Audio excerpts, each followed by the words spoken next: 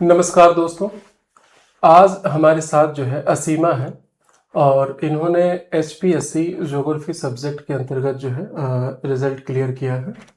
और ये बेसिकली वैसे तो कटक से हैं, लेकिन हरियाणा में जा करके वहाँ के जो भी चैलेंजेस थे, वहाँ के जीके या करंट अफेयर या वहाँ आंसर राइटिंग कैसे करते, इन सब पे अच्छे से अभ्यास करके इस रिजल्ट को अचीव किया है। तो इनके इस अनुभव को हम लोग देखेंगे ताकि आगे जो कैंडिडेट एग्ज़ाम देने वाले हैं उनको थोड़ी सी हेल्प मिल सके। मोस्ट वेलकम असीमा।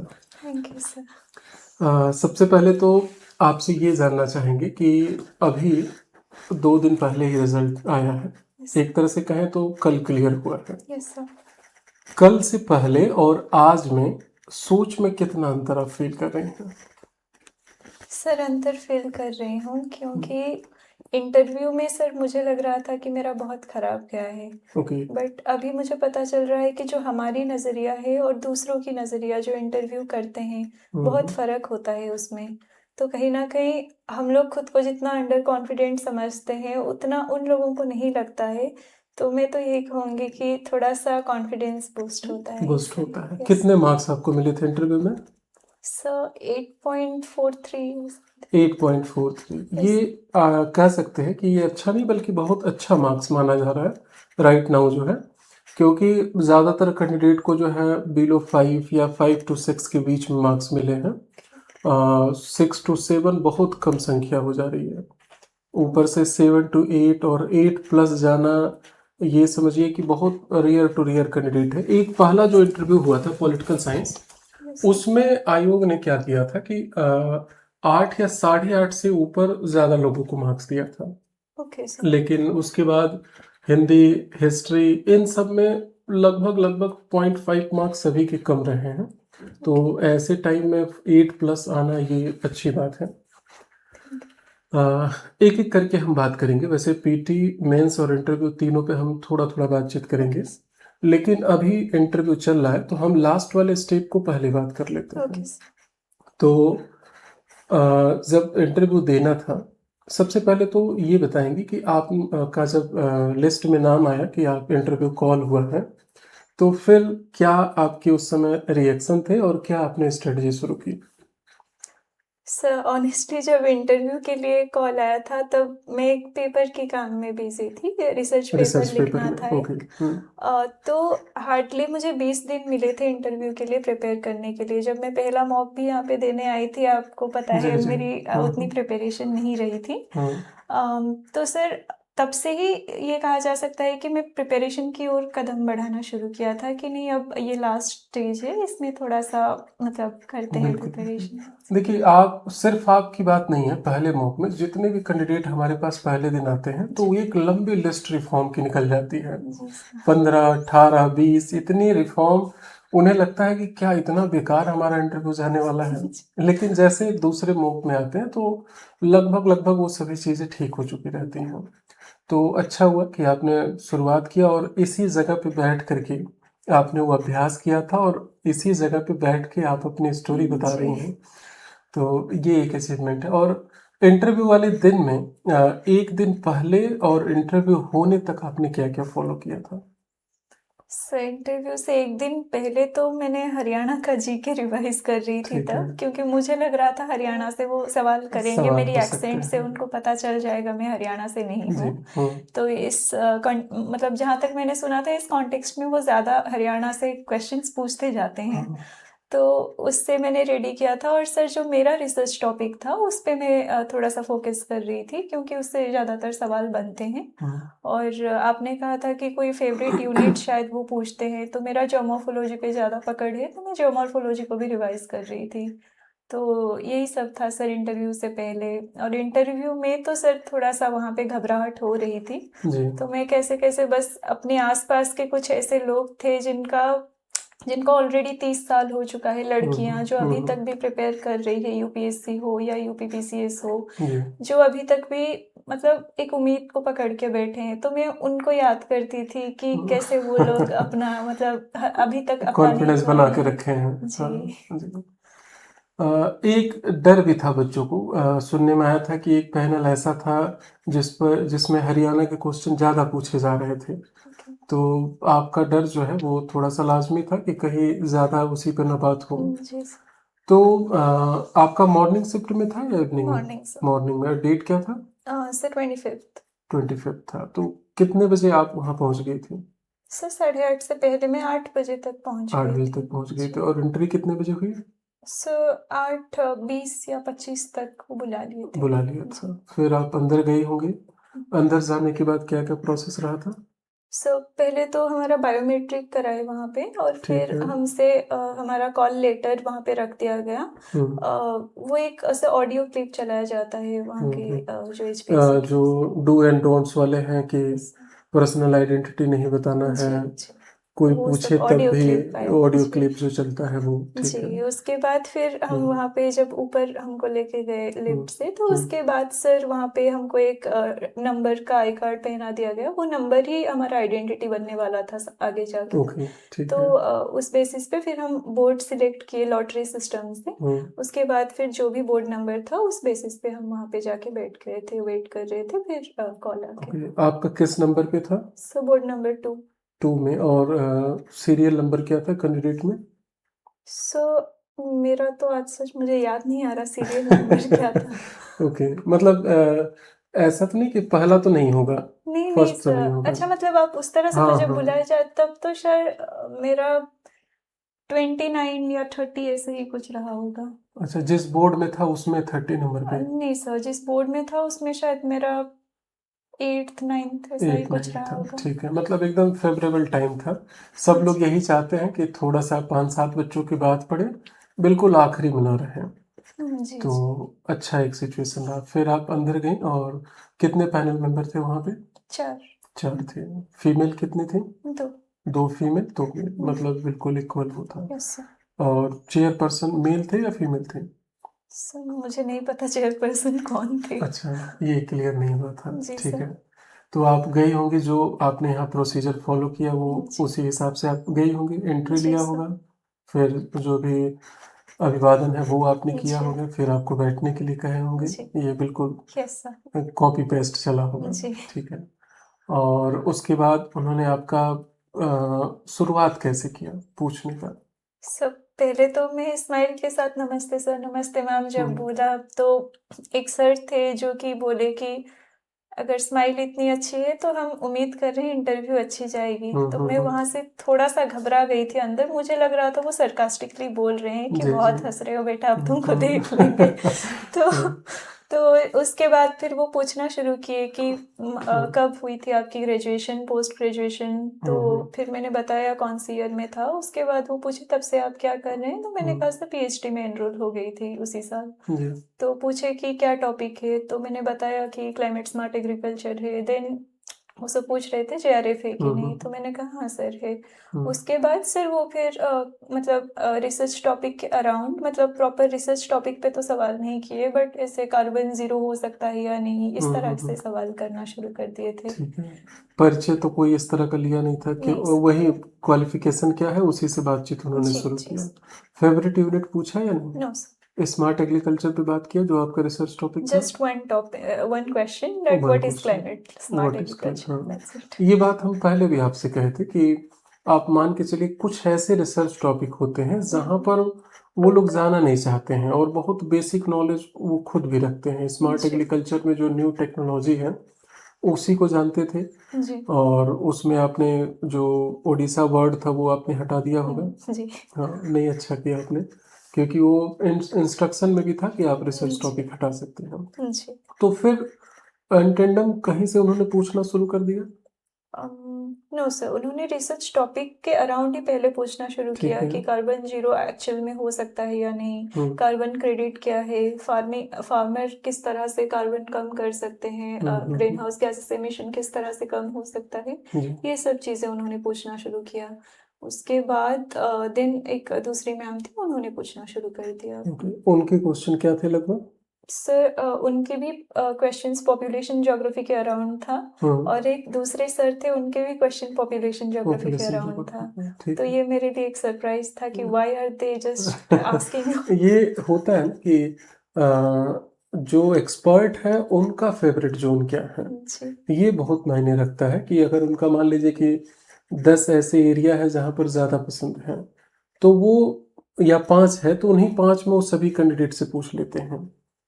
तो ये कह सकते हैं कि उनका पसंदीदा होगा। तो उस पैनल में ज़्यादातर लोगों से उस पर क्वेश्चन पूछा गया होगा, इसकी पॉसिबिलिटी है। मैंने एक ही बच्चे से बात किया, मुझे पता चला उससे एक भी सवाल नहीं किए हैं पॉपुलेशन से। ओके, तो मे उन्होंने बी दूसरा पूछा। वो शायद अंडर कॉन्फिडेंट कराने के कि देखने के लिए कि बच्चा हैंडल कर पा रहा है या नहीं प्रेशर, तो वो जी। एकदम दूसरी जोन में इसलिए शायद चले गए होंगे। Right right. चलिए, तो इंटरव्यू रूम में जाने से पहले चाय कॉफ़ी की भी वहाँ कुछ है फैसिलिटी, आपने लिया था? आई चाय जस्ट हर्ड वाटर, मैं चाय कॉफी चाय लेती कॉफ़ी थी। आप लेती ही नहीं है, तो पानी आपने लिया Yes. था। और 8 नंबर पे था तो जल्दी हो गया होगा। फिर सर जब 2-3 बार बच्चे जा चुके थे उसके बाद मेरा नंबर हो आया गया था। एक होता है कि निकलने के बाद जो है 3 तरह की जो है रिएक्शन होते हैं कैंडिडेट के। एक तो बहुत अच्छा गया है मेरा, एक होता है कि बहुत बेकार गया है, और एक है कि एवरेज गया है। जी। आपका रिएक्शन क्या था? बहुत बेकार थे। बहुत बेकार गया है, और मार्क्स लेकिन बहुत अच्छे आए। जी हाँ, ये अक्सर होता है। हम मॉक में भी कई बार कहते हैं कि आप जो है इस पॉइंट को लेकर के आप नेगेटिव ना हो, ये आपकी पॉजिटिवनेस है। कई जगह ऐसी चीज़ें होती हैं, कई जगह कई लोगों में सॉफ्टनेस ज़्यादा हो। जैसे आपकी वॉइस को लेकर के हम पहले भी मॉक में कहे थे कि इसका बेनिफिट मिलेगा, आप इसको नेगेटिव ना लें। इसी तरह से कोई ऐसा है जिसकी आवाज़ बहुत लाउड है, तो मैं कहता हूँ आप इसका यूज करें बोर्ड टीचिंग के टाइम पे। जब आप बोर्ड टीचिंग करें तो वहाँ पर इसका परफेक्शन से यूज करें और उसको मार्क्स में कन्वर्ट करें। तो दरअसल क्या है कि हमारा वहाँ पर प्रेजेंटेशन जो होता है ना, वो कई रूप में चेक होते हैं, और उसी के रिएक्शन में हमारा जो है मार्क्स भी मिलता है। और फाइनली मार्क्स अच्छे आ गए तो मानेंगे कि वो सभी एक्टिविटी ठीक थी। चलिए, फिर आप घर आ गई होंगी। अब हम आते हैं एक बस छोटा सा, जैसे रिजल्ट आया था, तो रिजल्ट आने के बाद आप फैमिली मेंबर में सबसे पहले किसको फ़ोन किया आपने? मेरी एक दोस्त थे जिनसे साथ में थोड़ा सा प्रिपेयर अच्छा, किए थे, प्रिपरेशन किया था। पहले उनसे बात हुई, फिर मैंने मम्मी को फ़ोन किया। मम्मी को फ़ोन किया। चलिए, ये मतलब कह सकते ये आपका पहला गवर्नमेंट जॉब अचीवमेंट है। ठीक है। दरअसल क्या होता है ना कि ये एक ऐसा मोमेंट होता है कि आज तो रिजल्ट आता है, लेकिन एक लंबी जर्नी इसके पीछे रहती है कि हम अच्छी प्रिपरेशन, ग्रेजुएशन किए हैं, पीजी किए, रिसर्च में कर रहे हैं, तब जा कर के ये रिजल्ट हमें अचीव होता है। थोड़ा सा हम पीछे चलते हैं। जैसे आपने फॉर्म अप्लाई किया होगा हरियाणा का, तो सीरियसनेस से अप्लाई किया, ऐसे भर दिया कि नज़दीक है भर देते हैं? नहीं सर, बस ऐसे ही कर दिया था। ऐसे कर दिया था जी सर। कि भर दे रहे हैं तो तैयारी हो रही है, इसी में इसको भी दे देंगे। हाँ जी सर। तो जो पीटी एग्ज़ाम है एमसीक्यू, उसके लिए आपने कुछ किया था? सर बस 25 से 30 दिन तक की तैयारी रही थी उसके लिए। 25-30 दिन में। और कोई टेस्ट सीरीज वगैरह किया था? सेल्फ में ही किया था। ठीक है। आंसर राइटिंग भी सेल्फ ही किया होगा मोस्ट प्रोबेबल। ठीक है। तो क्या कुछ क्वेश्चन आपके छोटे भी थे? मतलब वहाँ पे हाँ, मेंस मेन के एग्जाम एग्जाम है नहीं छोटे थे, कंप्लीट हो गया था। कितने मार्क्स आपके हैं उसमें, मेंस में अप्रोक्सीमेट? I can't remember. अच्छा, चलिए कोई बात नहीं। एक पॉइंट और जो है, कैंडिडेट अक्सर जब बातचीत होती है तो आराम से सब कुछ देखते हैं, और कई कहावतें निकल के आती हैं कि इन्हें तो घर से निकलते मंजिल मिल गई, और हम जो है ताउम्र रास्ते चलते रहे। तो क्या सच में आपको बड़ी आसानी से रिजल्ट आपको मिल गया है कि कोई स्ट्रगल आपकी लाइफ में भी रहा है? स्ट्रगल इससे पहले वाली सिचुएशन में रही है। जब मैं +2 में थी तब मेरी लाइफ में थोड़ी सी स्ट्रगल थी, क्योंकि 10th तक मेरा उड़िया मीडियम था। ओके। वो तो भगवान की शुक्र था कि मैं इंग्लिश में थोड़ा ठीक ठाक थी, क्योंकि मेरी मदर जो है वो इंग्लिश में अच्छी थी, तो उन्होंने करवा दिया था प्रिपरेशन सही ओके। से। तो इसलिए ज़्यादा तो मतलब दिक्कत नहीं हुई, बट उस समय पे ऐसा होता है कि ट्रांजिशन हो जाता है पूरी ट्रांजिशन तरीके फेज, से। हाँ। एक डिफरेंट लैंग्वेज है, आप उड़िया से करके फिर इंग्लिश शिफ्ट हुई और अब जो है ठीक ठाक आप हिंदी भी बात कर रही हैं, तो इंग्लिश में शिफ्ट करने में कोई प्रॉब्लम नहीं था। ओके। प्रॉब्लम ये था कि उस वक्त उड़ीसा की गवर्नमेंट की तरफ से किताब नहीं आया था इंग्लिश मीडियम में। ठीक है। तो मोस्टली बच्चे तब कोचिंग कर रहे थे, तो ओके। कोचिंग वाले किसी तरह से उनको प्रोवाइड करवा देते थे मटेरियल। बस मेरे पास इस तरह से कुछ था नहीं, और उड़िया मीडियम में ये था कि किताब दे दिया जाता है 10th तक, ओके। उसको पढ़ लो। सिलेबस नाम की कोई चीज़ हमको नहीं पता रहती है। Okay. But when we came to +2, तब धीरे धीरे पता चलता है कि सिलेबस के अकॉर्डिंग पढ़ना है। तो ओके। तब बिना कोचिंग का सब, मतलब जब सब लोग कोचिंग कर रहे हो, उसमें एक मतलब थोड़ा सा कष्ट का समय था वो। अभी इस एग्जाम के लिए तो आज सच उतना कुछ नहीं करना पड़ा है शायद उस राइट हिसाब राइट। से। चलिए, जैसे क्या होता है कि रिजल्ट आने से पहले हम जब प्रिपरेशन कर रहे होते हैं और जब आइडिया लग जाता है कि एग्ज़ाम निकल भी सकता है, तो एक इमेजिनेशन होने लगता है दिमाग में कि जी रिजल्ट हो गया तो ये करूँगी, फिर ये करूँगी, फिर ऐसे करूँगी। जी। आपने कुछ इमेजिनेशन ऐसा किया था कि रिजल्ट हो गया तो मैं ये करूँगी, यहाँ घूमने जाऊँगी, ये खाऊँगी, ये पहनूँगी, नो नो सर। या किसी का हेल्प करूँगी, इस तरह का कुछ भी?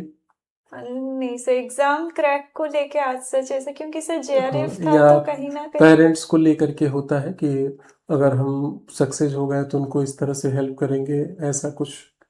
सर क्योंकि पहले से ऑलरेडी 2 साल से जेआरएफ मिल रहा था, तो एक थोड़ा छोटा बहुत फाइनेंशियल सोर्स था बैकअप था। फाइनेंशियल। ठीक तो है। इसको लेके फाइनेंशियली उतना कुछ तो नहीं रहा है। ठीक है। बस हाँ, पेरेंट्स का एक मेंटल जो कंडीशन है वो इम्प्रोवाइज हो जाएगा, ये सोच के मैंने सर इसके लिए प्रिपेयर किया था, जो भी थोड़ा बहुत टाइम के लिए किया है। राइट इसी सिर्फ इसी को ही सोच के किया था। ठीक है। अभी जैसे आप देखेंगे कि अभी कई सारे सब्जेक्ट के मॉक अभी इंटरव्यू होने वाले हैं।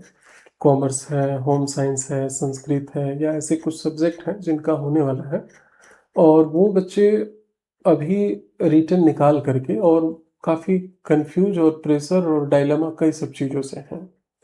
उनके लिए आप क्या सजेस्ट करना चाहेंगे कुछ, कि घबराए नहीं या कुछ और चीज़ें? सर घबराहट मुझे जो है इंटरव्यू से 2-3 दिन पहले ही केवल शुरू हुई थी। उससे पहले मैं सिर्फ कर्म पे ध्यान दे रही थी कि हमें अपना कर्म करते जाना है, जितना हो सके अपना, मतलब जो भी 20 दिन के लिए मैंने इंटरव्यू का प्रिपरेशन किया, उसमें मैंने अपना 100% दिया, कि जिससे भी, क्योंकि मेरा हिंदी में राइटिंग वगैरह नहीं था उतना, मतलब ठीक है। 10 से पहले किए थे, बहुत पहले। हम्म। तो वो सारी चीज़ें प्रैक्टिस करना, या तो हरियाणा का जो भी ज्योग्राफी जीके वगैरह है वो सब पढ़ना, ये सारी चीज़ें बस करते रहना है। 2-3 दिन पहले की घबराहट दैट इज़ अंडरस्टैंडेबल, क्योंकि बिल्कुल। जितना पास आता जाता है उतना ही होता जाता है घबराहट। बट उससे पहले अगर हम घबरा गए तो फिर मुझे लगता है ये प्रिपरेशन पे थोड़ा सा नेगेटिव इम्पैक्ट नेगेटिव डाल इम्पैक्ट सकता पड़ेगा, है। हाँ। तो अभी बस काम पे ही फोकस करना चाहिए। ठीक है, मतलब कॉन्फिडेंस बना के रखें, जी सर। जो आपका सिलेबस है उसको ठीक से देखें, कॉन्फिडेंस बनाएं, जो प्रैक्टिस है वो अपना करते स्ट्रेटेजिकली रहें, करना स्ट्रेटेजिकली चाहिए, रखें। क्योंकि अपनी रिसर्च टॉपिक, अपना जो एरिया है जिसमें कॉन्फिडेंट है एकदम कि इस पे आंसर कर सकते हैं, बोर्ड टीचिंग और हरियाणा का जो भी ज्योग्राफी एक्सेट्रा है, इन सब पे थोड़ा इन सब फोकस चीज़ों, करना चाहिए। और जैसे कि यहाँ इसी जगह पे जब बैठ करके आप जो है 4 मेंबर का मॉक में जब सामना कर रहे थे, इसका कुछ बेनिफिट हुआ जब वहाँ आपको 4 मेंबर पैनल मिले तो?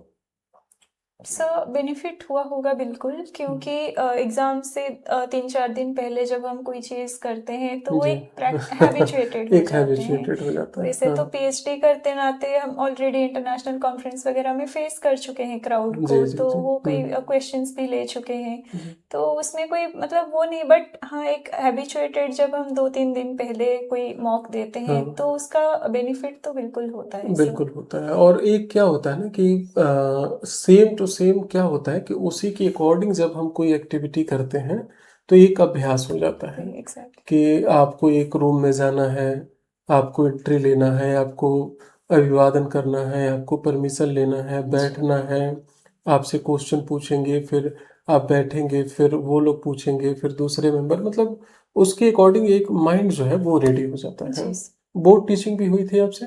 नहीं सर। बोर्ड टीचिंग नहीं हुई थी, चलिए ठीक है। कुछ और बात है जो आप इन फ्यूचर कैंडिडेट को बताना चाहेंगे? मैं तो यही कहूँगी कि वहाँ पे सबसे बड़ी बात रहेगी आपका मतलब पोलाइटनेस और किस तरह से आप चीज़ों को वहाँ पे हैंडल कर रहे हैं। ऐसा नहीं कि आप मतलब नॉलेज का टेस्ट ऑलरेडी प्री और मेंस में हो चुका रहता है। यहाँ पे सिर्फ पर्सनालिटी देखा जाता है कि आप हैंडल कर पा रहे हो या नहीं लास्ट तक। जी। क्योंकि जब मुझे लास्ट तक भी वो लोग ऐसी सिचुएशन में डाल रहे थे, ऐसी सवाल कर रहे थे जो मेरा बिल्कुल भी स्ट्रांग होल्ड नहीं था। ओके। मुझे फिजिकल ज्योग्राफी या ह्यूमन ज्योग्राफी में भी एज अ ज्योग्राफर जो पढ़ना चाहिए मैं पढ़ी थी, बट वो एकदम पॉपुलेशन का जैसे स्नेल शिफ्ट कर्व वगैरह जो सब मतलब जो हायर लेवल में पॉपुलेशन स्टडीज कर रहे हैं उनके लिए जिस तरह से सवाल बनना चाहिए जी। उस तरह से सवाल कर रहे थे। But again I kept smiling उनके तरफ, मतलब उतना ही हम्बली रिप्लाई कर रही थी लास्ट तक। लास्ट में ओके। आते टाइम नमस्ते सर नमस्ते मैम बोल वो के पूरा एनर्जेटिक तो फॉर्म में जैसे आप। उतना एनर्जेटिक तो नहीं बट हाँ एक मतलब लास्ट तक एक था कि हाँ पहले से लास्ट तक आपकी वो मेंटलिटी उनको दिखनी चाहिए कि नहीं हमारे क्वेश्चंस इधर उधर पूछने से इस पे ज़्यादा फर्क नहीं पड़ा है। क्लासरूम में जब बच्चे इधर उधर के सवाल करेंगे तो भी हमको टैकल करना ही, ऐसा नहीं कि वहाँ पे गुस्सा हो जाना है या ऐसा कुछ करना है। मतलब एक परफेक्ट टीचर की तलाश सुने हैं और जिसमें दिख गया उनको अच्छे मार्क्स वो दे देंगे। I think so sir. ठीक है, तो आज का डिस्कशन हम यहीं समाप्त करते हैं। Thank you so much Asima. Thank you sir.